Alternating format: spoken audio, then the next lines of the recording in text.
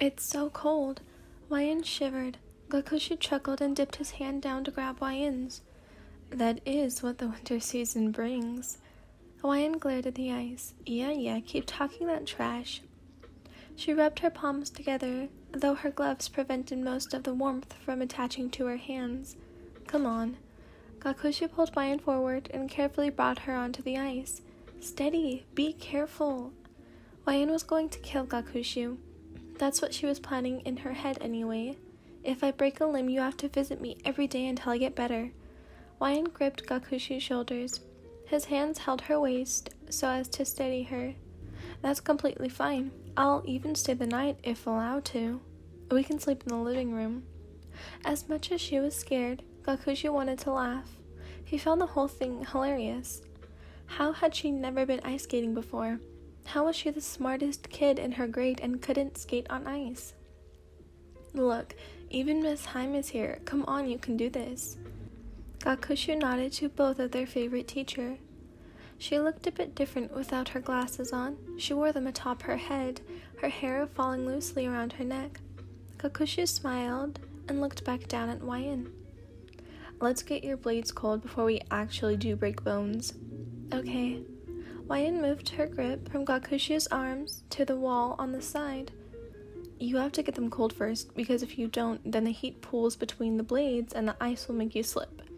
Smarty, Hwayeon mumbled, rolling her eyes.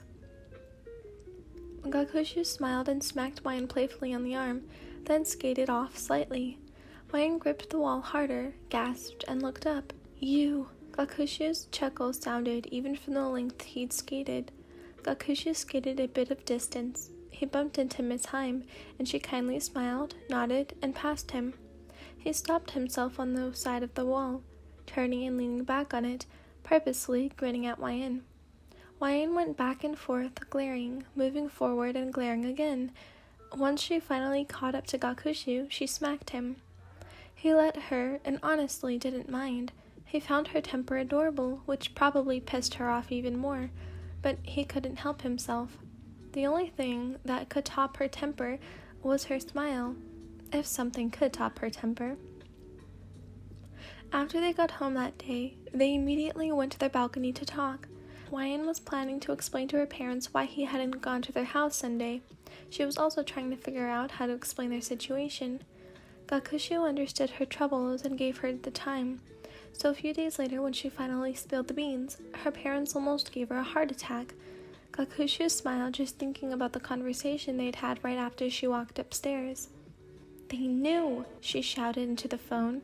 They freaking knew, she shouted from across the small particles of air that separated them.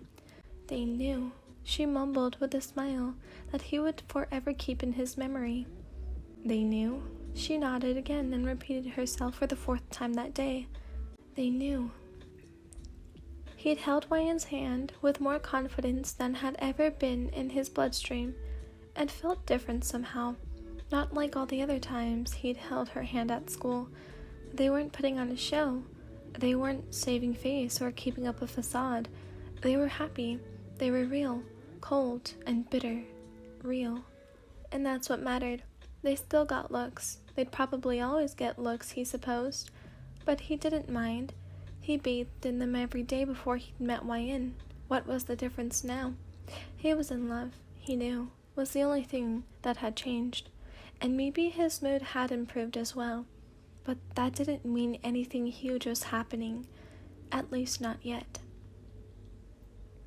He thought about the next year and how he'd be in another building, another school, and not with Hwayeon because he'd be in high school and she'd be a 3rd year.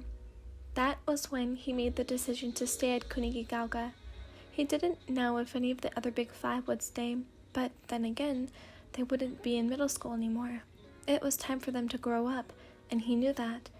So he'd also decided that he wouldn't care if any of them moved. In fact, he might even encourage it. No need for them to stay behind just because of him. They were cruel, but they had the potential to be really good students. So if they wanted to go across the world, go abroad, he would let them. He would be able to handle it. His heart. He would prepare it for their departure. And he'd be okay, because he'd have Hwaein. Shoo, let's get gelato. You're just trying to get off the ice. His grin turned into a smirk. So what? Hwaein couldn't keep her smile inside. It burst across her face, and Gakushu knew that it did top the things that made him giddy with happiness. He hugged her from behind, rubbed her shoulders, then went for her hand again and pulled her off the ice. Come on, you big baby. Nah, pet names already. Shut up. He mumbled, blushing. Careful, Gakushu. Don't want to start going soft now, do we? Gakushu rolled his eyes and pulled Hwaein toward the gelato stand. Some weird guy was selling it for 5 apiece, claiming it was from Italy, and it must have been because Gakushu had never tasted better gelato. Across from them, skating on the ice, a teacher smiled to herself, knowing that she'd completed her job. Hwaein's parents owed her a peach cobbler, that's for sure.